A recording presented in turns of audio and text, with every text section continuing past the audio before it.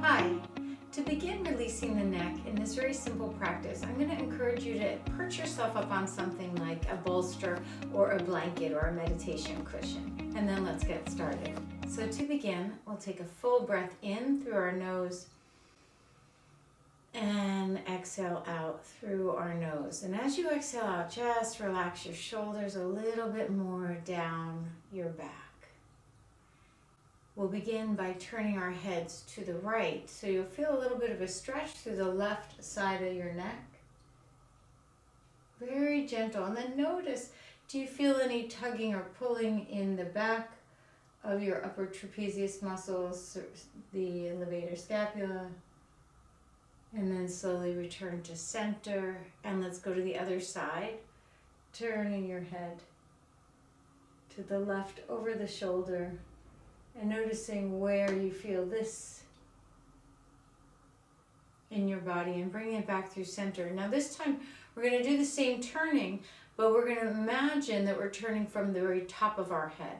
So rather than just turn your neck, we're going to say to ourselves, turn from the top of my head, and just notice the difference. Such more ease, most likely more glide, maybe less strain. And you can counterbalance this next time you practice. You can begin with the turn from the top of the head and then just turn as you normally would. And then turning from the top of the head, bringing it back, take a full breath in. And exhale the breath out, relaxing through the shoulders. And then slowly, when that exhale ends, from the top of the head, turn over the left shoulder. So you really can begin to notice where is there the pattern of holding, where is the tension, and how best can we let go. And then slowly bring it back through center. Now we're going to extend the left arm long. So I'm up pretty high on this bolster, so my hand doesn't quite reach the floor unless I sort of push it down. So it's up to you. You can have your hand at the floor or elevated off of the floor. See what feels best for you and honor that. So left hand is reaching, your right hand can stay just where it is. And then go ahead and drop the right ear as if you're bringing from the top of the head, dropping the right ear to the right shoulder. Relax the right shoulder down. You might even move your right hand off of your thigh so that it can rest comfortably on the floor or bolster. This is providing a stretch through the SCM, the entire left side of your neck. You can reach a little bit more through the left hand. Take a full breath in and exhale that breath out. From the top of the head, come back through center, relax your arms. So you'll notice what that does is it begins to invite in a little more warmth, oxygenated blood into the areas of our body where there's more constriction. And if there's more constriction, it stands to reason that there's a little less blood flow. So what we're attempting to do here, and what I hope you're experiencing, is a little more warmth, a little more blood flow, a little more healing, a little more anti-inflammation. So let's go to the other side. You can keep your left hand on your thigh or gently drape it to the floor. Right arm extends with a little bit of emphasis, and then dropping left ear as if it's being moved by the top of the head to the left. Reach your right fingertips away. You can have your eyes opened or closed.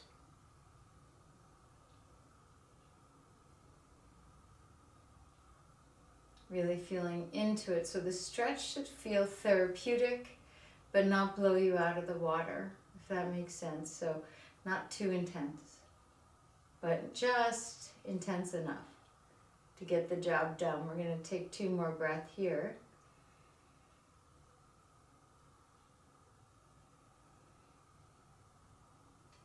And then release the right arm as if you're moving from the top of the head. Bring it right back through center. And then drop the chin to your chest.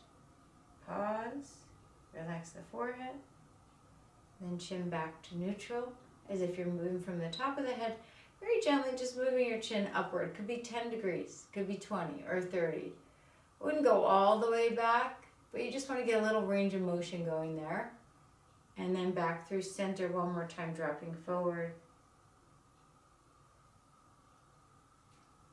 coming back through center and tipping back to what feels appropriate for you today. Head is center.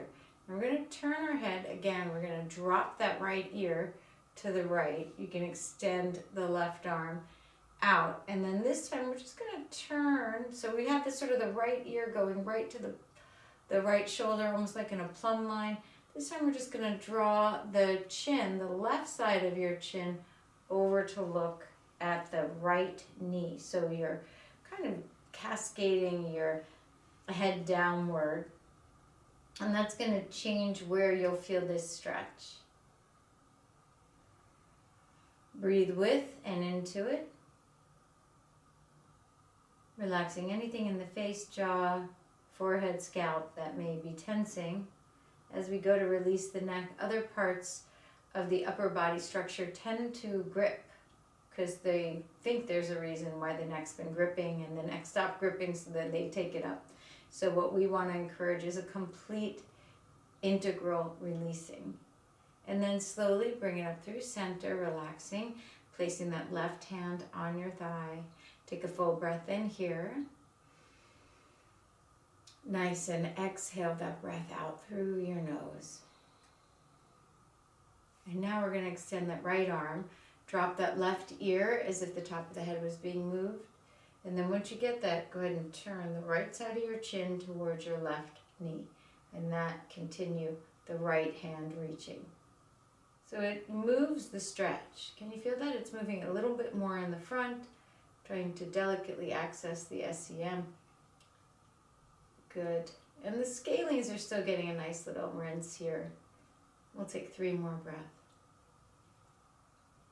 If at any point it feels zingy, too much, electric, just come out of the pose. And then slowly return your head through center. Take a full breath in here. And exhale the breath all out. Nice. Now you can stay on your bolster. We'll extend that left leg long and bend your right knee. Place your right ankle underneath the right knee so the knee's not out far or all the way in. It's sort of in this middle ground. And then you're going to take the left inner elbow around the right knee. You could, if you're feeling enthusiastic about it, you could put your elbow past the right outer knee. That's going to give you a little deeper twist, but it may be that this gentle twist with the inner elbow around the knee is just what you need. And you can always start with the gentle and then progress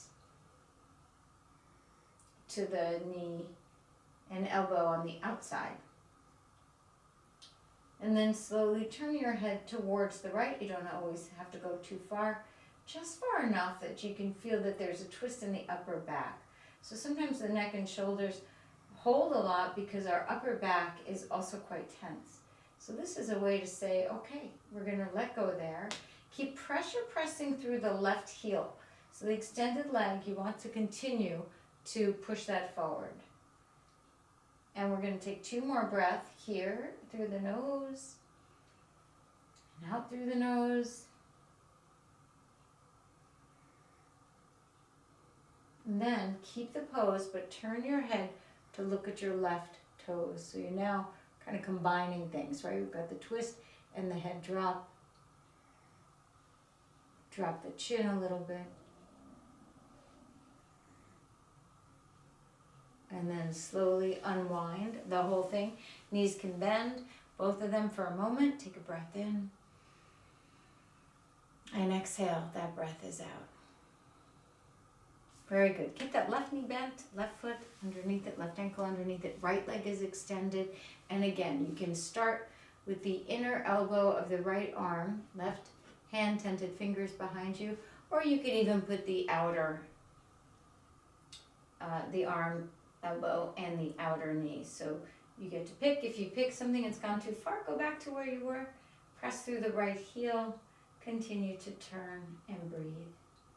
Really allowing this therapeutic type of practice a chance to do its magic. Maybe spreading open through the right toes as you turn just a little bit more for 3. Really feeling the release in the upper right back, 2. And then slowly keep the pose. Turn your head.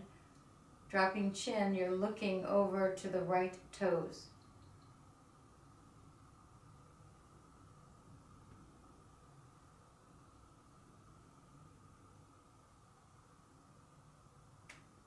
And then unwind it. Very nice.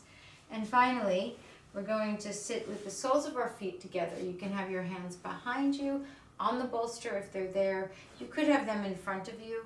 So we're just releasing through the inner groins. Yes, this is a practice about our neck and shoulders. However, if our hips feel very tight, it jacks up the shoulders because the shoulders feel like they've got to participate in holding us up. So we want to release a little bit through our hips here. Very gentle stretching. It should not be an aggressive stretch at all. If you feel like your hip flexors are gripping in this pose, you can put blocks underneath your knees. You can also scooch closer to the edge of the bolster so your knees can come down a little bit more. Pressing the balls of your feet together, that's the great big toe ball as well as the pinky, and then flexing your toes back. Lean forward and breathe.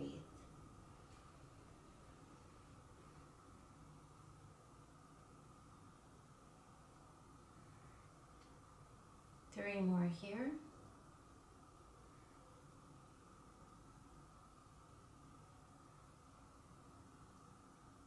Good, stay with. Last one, inhale. Very nice exhale, pressing yourself up to seated. And for the continuation of the hip opening, you can either sit in crisscross applesauce, otherwise known as Sukhasana. You can also do Gomukhasana legs.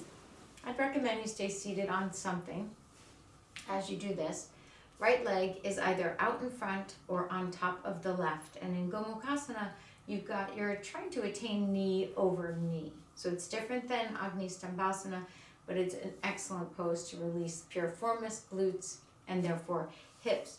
So from here, you can reach yourself forward, pull your chin in, and as if someone's drawing the back of your head back, Jalandhara Bandha, walking forward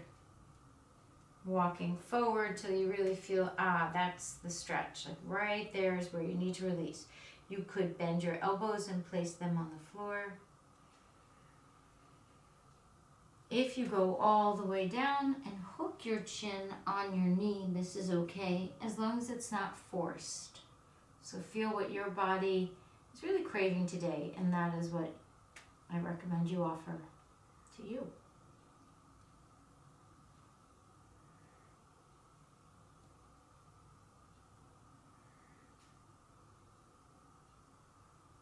And then pressing yourself up. Very good. Hands behind, and we'll just swap sides. So let's take left knee on top or left leg further out. And then find your chin pulling in, back of the head pulling back. And then we just inch our way down to a place that feels like, there's the green light. If you get more green light, you may take it. Tucking the chin as you move forward down. So the head doesn't drop to the floor. What we're trying to attain is a lengthening of the cervical spine as it is aligned with the thoracic spine. This is a beautiful way to align our spinal column, our mind with our spine. And we've got just 5 more breaths.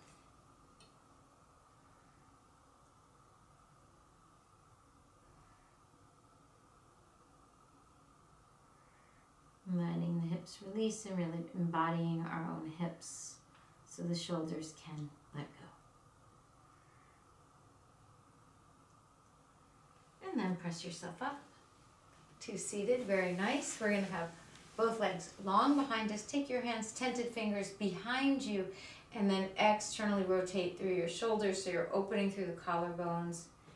You want to have that updraft of the sternum as you press the balls of your feet away. And we have here 5 breaths.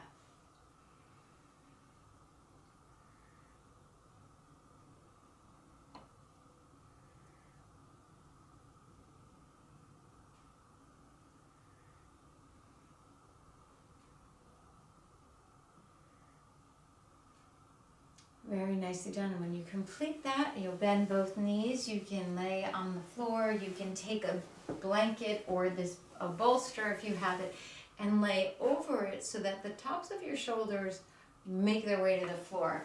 So lengthening your legs out, you want to feel that bolster allows you to have waterfall.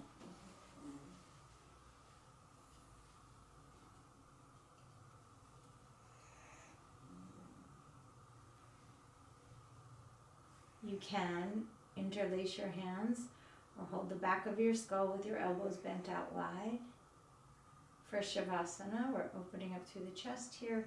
You could have a blanket rolled up. Just make sure that the tops of your shoulders aren't being impeded in their relaxation. You can also open your arms in a T and have a pillow, if you like, underneath the back of your head. Feel the lift of the chest, feel the openness in your heart, and the length of each breath. Shavasana.